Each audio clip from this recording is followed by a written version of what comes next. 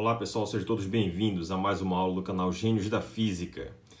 Nesta aula de hoje vamos falar sobre números complexos e vamos explicar um pouco melhor sobre a representação do número complexo, né, no plano cartesiano, né, em coordenadas polares e associar esse tipo de representação, né, de números complexos com a matriz de rotação e a matriz de reflexão, né? O número complexo e o seu conjugado, tá? Gostaria de pedir a todos que se inscrevam no canal e ativem as notificações para que você receba ao mesmo tempo em que foram publicadas, tá certo? Então vamos lá. Então você tem aqui o plano complexo, tá? Eixo imaginário e aqui o eixo real, tá? Você tem um número complexo aqui, que eu vou chamar de Z, né? Esse número complexo ele tem uma componente aqui real, que eu chamei de A, e uma componente complexa aqui chamada de B, tá? Bem, se eu vou escrever esse número complexo aqui num dado ponto do plano cartesiano, eu posso representar ele da seguinte forma: Z é igual a componente real mais a componente complexa vezes I, né? Lembra que a componente complexa ela difere da componente real pelo produto quando você multiplica por I. E I é a raiz quadrada de menos 1, tá certo? Então, uma maneira de você calcular uma raiz quadrada negativa, né, é usando a definição de número complexo, né? Esse I é a raiz quadrada de menos 1. Perfeito. Então, dando continuidade, você pode escrever o número complexo dessa forma, numa representação no plano cartesiano, ou você pode escrevê-lo também, né, fazendo uma relação com coordenadas polares. E de que forma você vai fazer isso? Bem, você sabe que coordenadas polares, né, as mesmas componentes A e B, né, esse ponto no plano cartesiano, aqui no plano complexo, você representa por duas componentes. Em coordenadas polares, você representa esse ponto por essa distância, que eu chamo de módulo desse Z aqui, e uma inclinação de θ a partir do eixo real. Como é que você sai dessa composição aqui para uma forma polar? Então você usa a relação de cosseno e conclui que A é cosseno θ módulo desse Z. Tá aqui, ó. E o B está de frente para o ângulo, né? Eu estou analisando esse triângulo retângulo aqui. O B está de frente para o ângulo, então se você pode encontrar que o B, esse tamanho aqui, ó, ele é o módulo de Z seno desse ângulo. Tá aqui, repetiu I. Você coloca o módulo em evidência e aí você conclui que o módulo de Z é cosseno θ mais I seno θ. E essa representação é uma parte real mais uma parte complexa em termos do ângulo. Você pode escrever isso aqui através da chamada decomposição de Euler. Essa combinação aqui de senos e cossenos, né, com um número complexo, você pode escrever como sendo a exponencial de Iθ. Bem, como é que você mostra, digamos assim, que essa exponencial é cosseno mais I seno? Se você usar a relação de Taylor, né, a série de Taylor, que é uma série infinita, né, onde você tem a função, você vai escrever a priori uma função como uma combinação linear de polinômios, né? Se essa função é bem comportada e existe, né, as derivadas primeiras, segundas, até a enésima derivada, e bem comportada na origem, você pode fazer uma expansão inteira escrevendo a exponencial como uma combinação linear de polinômios. Então você pode escrever que a exponencial de x, tá? Ela é 1 mais x ao quadrado sobre 2 mais 1/6 x ao cubo e assim por diante, né? Aqui no denominador é 2 fatorial, 3 fatorial e assim por diante, né? Então a exponencial com argumento complexo, se você trocar x por Iθ, você vai ter uma decomposição aqui, uma série de Taylor da exponencial de x. Agora, se você expandir o cosseno e o seno é uma função par, a decomposição em Taylor é essa, né? Aqui vai para o infinito, tá? E a função seno é uma função ímpar. Também vai para o infinito aqui a sua expansão, tá? Então, se você trocar aqui né? Esse camarada aqui, x por iθ, você vai ter aqui iθ ao quadrado, iθ ao cubo. Aí você sabe que ao quadrado é menos 1, i ao cubo é menos i, e assim por diante. Aí você vai concluir que se você somar esse cosseno e multiplicar aqui esse seno por i, tá? Você vai mostrar aqui exatamente que uma combinação positiva, uma soma de cosseno mais seno é exponencial de mais iθ, e uma subtração de cosseno menos seno é exponencial de menos iθ. Perfeito? Tudo bem. Então você mostra de alguma forma que a decomposição do número complexo no plano cartesiano pode ser feita dessa forma ou dessa forma aqui, né? O módulo de z desse camarada exponencial de iθ. Mas o que significa isso na prática, né? Qual a interpretação desse tipo de resultado? Bem, você tem ainda o mesmo plano cartesiano, parte real e parte imaginária. Então, se você pega um número complexo aqui, se você parte do número complexo aqui no eixo real, né?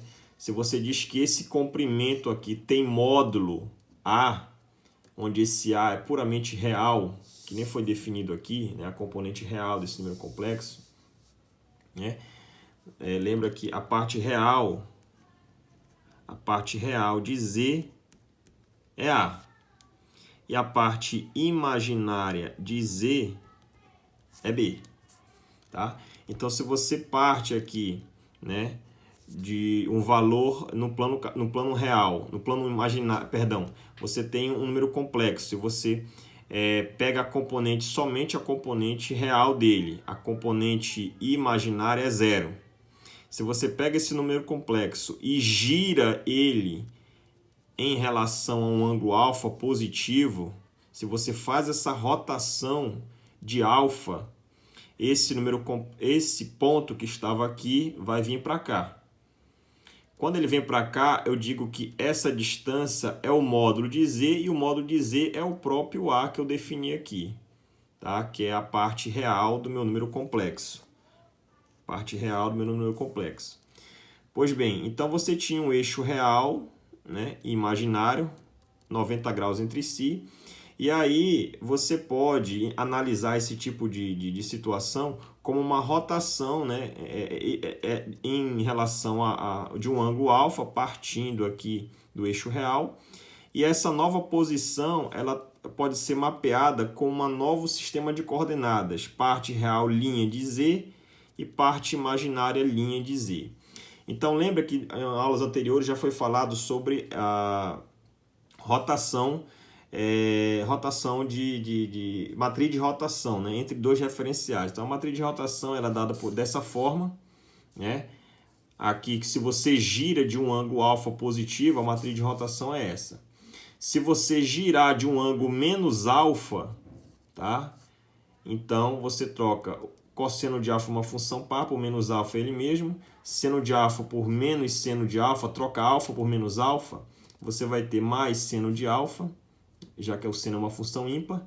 Aqui vai dar menos seno alfa, e cosseno de alfa fica ele mesmo, né? Então, a matriz de rotação e a matriz inversa, uma difere da outra porque uma você gira de um ângulo alfa e a outra você gira de um ângulo menos alfa. Então, se você trocar alfa por menos alfa aqui na matriz de rotação, você vai obter a inversa. Então, a inversa é uma rotação de menos alfa e a matriz de rotação é uma rotação de um ângulo alfa positivo, tá certo? Então, se você pegar essa ideia, associar aí, né, um sistema de coordenadas sem com linha através da matriz de rotação, que é essa aqui, assumindo que a componente do sistema R', né, desse sistema aqui, olha, essa componente é puramente real, não tem componente imaginária. Então, aqui Rx' é A e Ry' é 0, né, que não tem componente imaginária. Aí você multiplica aqui a matriz de rotação por esse decomposição no plano complexo, você mostra que essas novas componentes é A cosseno θ, A seno θ. Então, o meu Z, que era Rx mais RY, Rx agora, ele é A cosseno de alfa, e o RY aqui é A seno de alfa. Coloco uma evidência, lembrando que o A é módulo de Z, né? Aqui, ó, o A é o módulo de Z. Então, você acaba de concluir que a representação, essa representação polar de um número complexo, né, que é módulo de Z exponencial de mais I alfa, isso é exatamente uma rotação de um número complexo partindo do eixo real até um ângulo alfa, tá? Então, quando esse módulo quando eu tenho aqui na exponencial mais I alfa, esse tipo de escrita de um número complexo, né? Aqui, isso nada mais nada menos é uma rotação partindo do eixo real para um dado ângulo alfa positivo. Agora, quando eu tenho o número complexo escrito como sendo a mesma coisa, trocando aqui mais por menos I alfa, né? Aqui eu tenho mais I alfa, aqui menos I alfa. Isso é identicamente equivalente a uma rotação, tá? Você troca a matriz de rotação pela sua inversa, faz a análise idêntica como foi feita aqui, né? Coordenadas sem linha com linha, coordenadas com linha e sem linha. Você vai trocar a matriz de rotação inversa, é só pegar a matriz de rotação alfa e trocar por menos alfa. Quando você faz isso, você pode mostrar que essa nova variável z' é o módulo de z exponencial de menos I alfa. O que isso significa? Que quando você tem uma exponencial positiva imaginária, isso é equivalente a uma rotação de alfa positivo, ou seja, sentido aqui anti-horário, partindo do eixo real. Quando a minha exponencial é menos I alfa, isso é equivalente a uma rotação. Isso é equivalente a uma rotação, tá? Em vez de você girar de alfa ou de θ positivo, você vai girar alfa ou θ negativo, ou seja, você vai girar, fazer uma rotação partindo do eixo real no sentido horário. Então, quando você faz isso, você acaba por obter o teu número complexo conjugado. Então, perceba, o número complexo, ele é escrito dessa forma. Isso aqui é equivalente a uma rotação partindo do eixo real. Já essa forma aqui, trocando mais por menos, isso é equivalente ao teu complexo conjugado, né? Você pega a parte real, deixa como está, e a parte imaginária você troca o sinal. Aqui era mais, fica agora menos. Então, o teu complexo conjugado, que pode ser representado por asterístico ou por uma barra em cima, o teu complexo conjugado nada mais, nada menos é uma rotação de menos alfa, ou seja, para baixo aqui, né? No sentido horário. Então, está aqui o teu número complexo Z, é uma rotação de θ partindo do eixo real, pode ser escrito assim, e o número complexo conjugado é uma rotação de menos θ no sentido horário, no teu plano, partindo também do eixo real. Tá? Essas duas formas, você pode identificar, você pode interpretar o número complexo conjugado dessa forma, ou você pode interpretar ele também como sendo uma reflexão, né? Você tem um número complexo Z, e se você aplica uma transformada uma matriz de reflexão aqui em relação ao eixo real, você troca Z por Z asterístico, ou Z barra, que é o nosso número complexo conjugado. Então, a matriz de reflexão, nesse caso, é 1, 0, 0, menos 1. É uma matriz 2 por 2. Se você pega essa matriz de reflexão e multiplica por AB, que são as componentes do teu número complexo, você troca, A preserva e o B troca de sinal. Então, esse tipo de situação é equivalente, né, ao resultado como foi obtido anteriormente, né? A parte real aqui, olha, é preservada, mais a parte imaginária troca de sinal, olha, que é menos aceno, aqui é aceno positivo. Então, essa troca de mais por menos, isso pode ser interpretado como uma matriz também de reflexão em relação ao eixo real, tá? Espero que todos tenham gostado, até mais e bons estudos!